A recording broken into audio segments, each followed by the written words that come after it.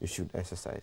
Okay. If you exercise on Monday and you are waiting for the next maybe Friday or next Monday before you exercise again, before that Friday or next Monday, you would have regained the weight that you lost. But now I was saying that you can do that once a week.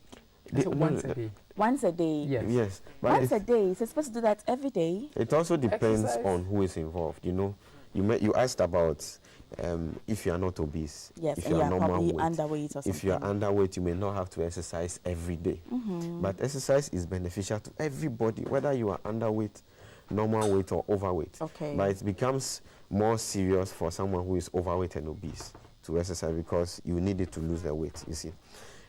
Even in returning blood, the venous blood back to the heart, physical activity improves upon that, you see. If you don't exercise, blood can, in returning to the heart, can become so sluggish. Might end up with giving you a clot or something in the vein, which can be bad.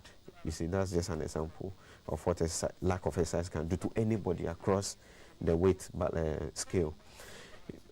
But if you are losing the weight, it's mandatory that you do it every day. Otherwise, you may not gain, your loss may not be proper. But if you are underweight or normal weight, then you can do maybe 2-3 times in a week. Even the WHO says you should do about 90 minutes of aerobic exercise to 150 minutes in a week. So that is like 30 minutes 3 times a week to 5 times, 7 times a week, you see. All right. And you also realize that when you put on weight, you put on weight easily. But then losing it becomes under challenge. It's a whole lot of work to lose it. That is why you have to do it gradually. You don't wait to become too much or obese and then you start to lose it instantly, right? You can take a week to put on so much. You cannot take a week to lose it. And be careful, medication will not help you lose the weight. They also have their side effects. Slim teas and all that. Oh, yes, we come into how we can manage our weight without any side effects. How, I mean, you've spoken about good diet, speaking about exercise and all that. How do we go about managing our weight without any side effects? Well, that is why exercise is the key, right? Exercise, and then you're watching what you take. When it comes to exercise, we can all wake up in our homes and then go jogging and then come back or skip or something. Yeah. Are you supposed to see somebody special to help us exercise? Yes. So we don't have any side effects. The first point is to make that decision to lose the weight. And then you must seek proper help. You know, don't just read something and practice it. Don't just go onto the net and then read about some lecture diet or something and then you practice it in your home. No, get to the hospital. Weight is a disease and it must be managed well. Either underweight or overweight, right? But let's put it into perspective, someone who is obese. Obesity is a disease. So get the diagnosis from your doctor. Let your doctor do the proper referrals. See those you are supposed to see. Then you get to get your diet plan, your exercise plan. You have your follow-up plans, monitoring, you see. And then that's when the weight is giving you any problem or your weight loss program is giving you other problems, we get to know and you have it corrected. If you say you want to lose weight, so you stop eating breakfast. There has been studies that linked skipping of breakfast with the development of stroke and other cardiovascular diseases. Skipping of breakfast alone. So if you come and see me, you are going to lose weight. I will advise you to have 3 meals in a day. Okay. But we are going to reduce the energy value of the food, quantities. So you are reducing sugar in your breakfast. You are reducing oil in your lunch. And then you're also reducing the oil in your supper and all that. My brother was making a point about dropping the heavy meals in the night. But my view is if you are eating within the correct time, by 6:30 p.m. you have your supper.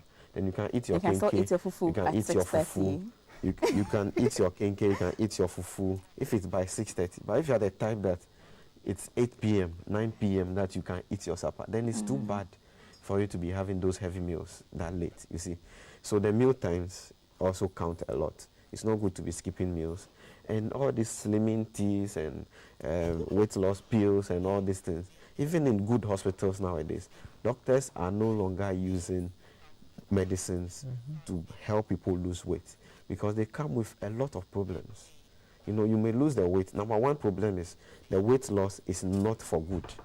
You may drink something and become slim within the next 5 days, but that weight, likelihood for you to remain that slim is the chances of it is just about 1%. You may within the next 1 month or two regain the weight again. But if you lose the weight through lifestyle changes, you modify the diet, by the time you get to your target weight, then you get used to your new eating plan. You get used to your exercise regime, you see. So it becomes like part of your life. And weight is life, it's part of life, it's lifestyle. It's what you eat, and you lack exercise and all that every day, something that you do every day that affects or determines how you look. Okay. So if you choose to lose the weight by correct dieting, exercise, correct meal times and all that, you drop the pills, the slimming stuff, the quick fix materials, you drop all those things, then you may not have problems. All right. Now, we're looking at how we can manage our weight properly. Maybe since I was born, I've always been big, so I don't see it as overweight. I don't see myself as obese because that's what my body has always been like. How do I know that I'm managing my weight properly? Well, So whether I lose weight or gain weight. Maybe I was born slim and I've always been slim, I've always been tiny, and it's been good for me, so why should I bother? yes, you realize in our earlier discussion we mentioned going to visit the hospital, right? You might be big from birth because you are big boned, right? Someone will be slim from birth because the person is less boned than you. But then that doesn't mean that the slim person doesn't have fat. And that doesn't mean that the big person is also overweight, right? You need to visit the hospital and then check your weight, your height, and even your sex determines whether you're overweight or underweight. So you need to strike the average of your BMI, right? Which has to do with The your body height, mass yes, index. Okay. Which has to do with your height, and then your weight, and then your sex, right? Good. Now, if you consider whether you are big boned or thin boned, everything depends on you going to the hospital and having the regular checkup. And you realize our doctors keep saying, visit the hospital for a regular checkup. You do not know what is going on in your system. Just like you driving without visiting the mechanic. You don't know when your car will develop a mechanical fault and then it will leave you on the way. And that's the same thing. You don't know when you have cardiovascular disease and then your heart will suddenly stop. And then people will say, oh, nothing happened to him or her. She suddenly died. Add your final words to it as the basic encouragement you give to Ghanaians when it comes to their weight management. Well, you need to check what you eat and then what you dispense out. And modesty, we always say, is the best policy. You need to exercise in the morning. If you can't do that in the morning, in the afternoon, find some time and then you exercise, or you exercise in the evening. And I would recommend dance for you, because if you dance 30 minutes, it's equal to 1 hour of your treadmill or doing weightlifting. Okay, yes. All right. Lecture. Yes, madam. Some basics when it comes to weight management. Yeah, you know, there's evidence that you lose weight. People may even start asking you what's happening and all that. We should rather see those comments as encouragement and not discouragement. You know, Ghana, when someone asks you what is wrong, you are losing weight, you feel bad. It's because maybe they will even ask you, are you sick? Yes, but you know that within yourself, good things are going on. It doesn't matter what. Those same people, if you fall sick and you are not able to work, they will not come to the aid of your family and they will not give you money. You see, you must first of all make your health the priority. You feel good within. Evidence, when you stand on the scale, the weight comes down. And then you manage other evidence that you are even coming down is other conditions. Now your BP is normal, your blood sugar is normal, the pain at the joint is gone, your waist pain is going, your back pain is being managed well now. It may not be coming purely from the painkillers and medications that you are taking. It could be because the weight is coming down. Okay. You see, and as by way of giving a final word, we have to, as my brother summarized, watch our diet. We must exercise, and let's stop enjoying the luxury of laziness. You see, luxury of physical inactivity, sitting in cars here and there, the shortest of distance we are driving, and then we don't exercise. We use our work as excuses and all that. The body doesn't understand that language. The damage will be caused anyway. You see, so let's beware.